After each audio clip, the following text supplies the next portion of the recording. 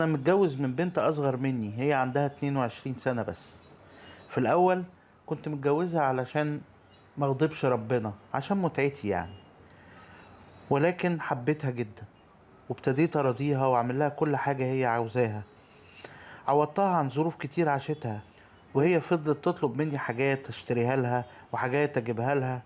وفي يوم من الأيام صحيت ما لقيتهاش في البيت، هربت مع حبيبها الأولاني. فضلت أدور عليها لغاية ما عرفت إنها كانت بتمثل عليا، وإنها اتجوزتني بالاتفاق مع حبيبها علشان يأمنوا مستقبلهم. أنا مش عايز أطلقها، عايز أذلها، عايز أخليها كده ما تعرفش تتجوز تاني. قوليلي يا دكتورة، أنا محتار ومش عارف أعمل إيه. هو مين ذل مين الأول؟ مش أنت اللي ذلتها الأول؟ هو أنت لما تقولي هتجوز واحدة عندها 22 سنة واخدها لمتعتي بس، هو ده مش ذل للمرأة؟ ما أنت واخدها متعة. أنت زعلان ليه؟ إن هي كمان كانت واخداك عشان فلوسك. ده طبيعي. أنت منتظر إيه؟ أنت راجل عندك 55 سنة. أنت فاكر إنك لما بتاخد 22 سنة أنت بتاخدها عشان تتمتع معاها؟ لا، لأن دي اللي أنت هتبقى قادر إنك تتعامل معاها. أنت مش هتقدر تتعامل مع سيدة ناضجة وتقدر تقيمك صح كراجل. الحقيقة أنت اللي ضعيف، وده السبب أساسا اللي بيخلي الرجالة تتجوز بنات أصغر منها. مش عشان دول اللي هيحركوا المشاعر ولا يرجعوا الشباب، لأ، عشان هم مش قادرين يتعاملوا مع النضجة اللي مناسبة ليهم.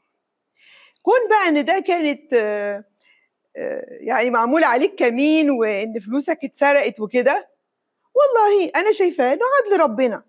تيجي تقول لي بقى ما طلقهاش واذلها، والله بفلوسك هتخلعك. فعلى الاقل يبقى شكلك حلو انك طلقت، احسن يبقى اسمك مخلوع يعني.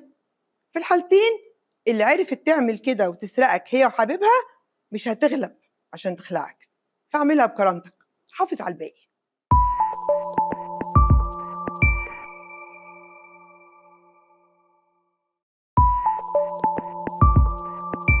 ومعايا رسالة جات لنا على الانبوكس، هي بتقول إنها حبت راجل في سن أبوها ووثقت فيه جدا كأنه أبوها. مبدئيا كده قبل ما أعرف بقية الرسالة، لا في أب غير أبوكي ولا أخ غير أخوكي. موضوع بقى إنه زي أبويا وبيعوضني حنان أبويا وزي أخويا، الكلام ده مش موجود في الكون. فإحنا مبدئيا إحنا هنمشيها إن هو بيعوضني عن عدم حنان أبويا عليا، لأن مفيش حد هيبقى أبوكي غير أبوكي.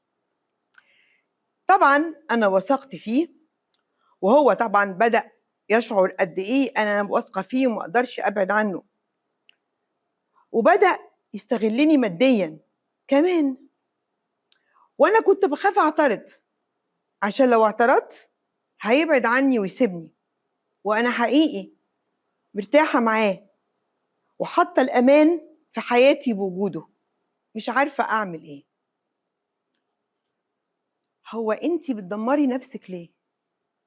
ده راجل استغلِّك، واحدة قد بنته ولقاها عايزة شوية حنيّة ادّاها لها، ويا ريت الحنيّة دي كانت من قلبه.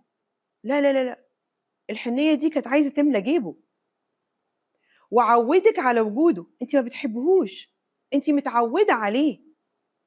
وعشان تقدري تطلعي من الأزمة دي، قولي لنفسِك هو ما بيحبنيش، اللي بيحب واحدة ما بيعملش فيها كده، اللي بيحب واحدة بيتمنى لها السعادة والهنا.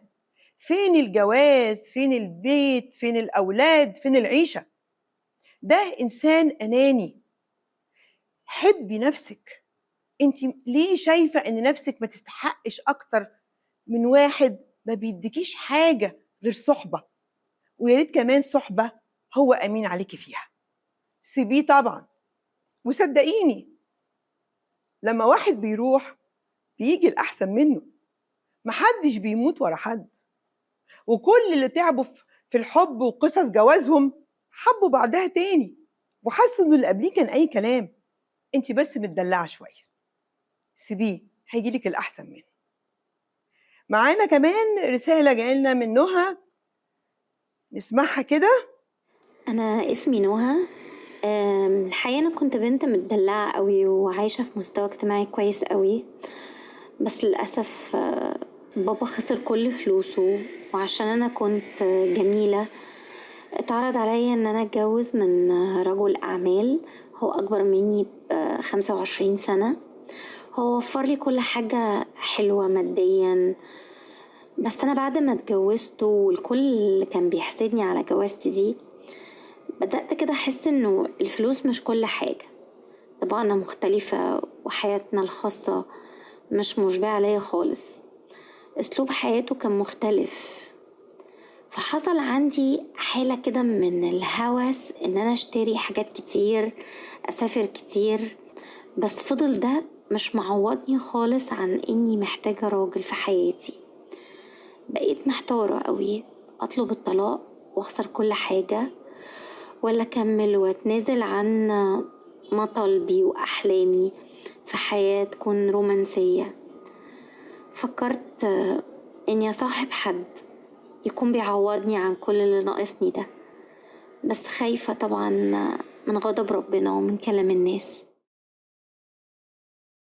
هو بس أنا يعني هابدأ المشكلة من الآخر، يعني هو ده option، ده احتمال يعني إن أديكي حل إنك تصاحبي واحد يعوضك؟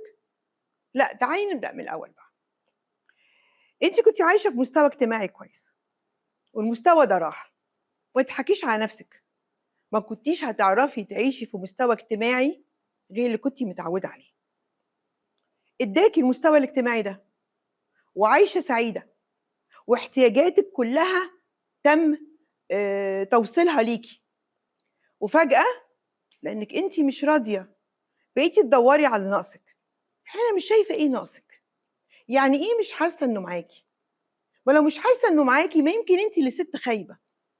إحنا ليه فارضين إن هو اللي مقصّر؟ ما يمكن كنتِ خايبة، لا عارفة تحرّكي مشاعره، ولا عارفة تخلّيه يحس بيكِ، ولا عارفة تعملي جو في البيت. ده يمكن هو اللي عايز يسيبِك. على فكرة مش معنى إنه أكبر منِّك ب30 سَنة إنه أكيد ميّت عليكِ، الحقيقة لأ، أنتِ اللي مش عاملة مجهود نهائي في جوازِك. عايزة تسيبيه ده موضوع تاني، لكن موضوع أصاحب ده إحنا واضح إن إحنا كمان المبادئ عندنا مش راسية أوي. أنتِ عندِك مشكلة نفسية، أنتِ عايزة كل حاجة في نفس الوقت، وده مستحيل، لإنِّك أنتِ كمان ما بتدّيش اللي معاكِ كل حاجة في نفس الوقت. اختاري، اختاري الفلوس، اختاري الطلاق، اختاري الاستقرار، اختاري البوظان. أنا مش دوري أقول لِك ده حرام والّا ده عيب، أنتِ عارفة كويس أوي، بس الحقيقة هم كلّهم اختيارِك أنتِ. أنا مش شايفة إن عندِك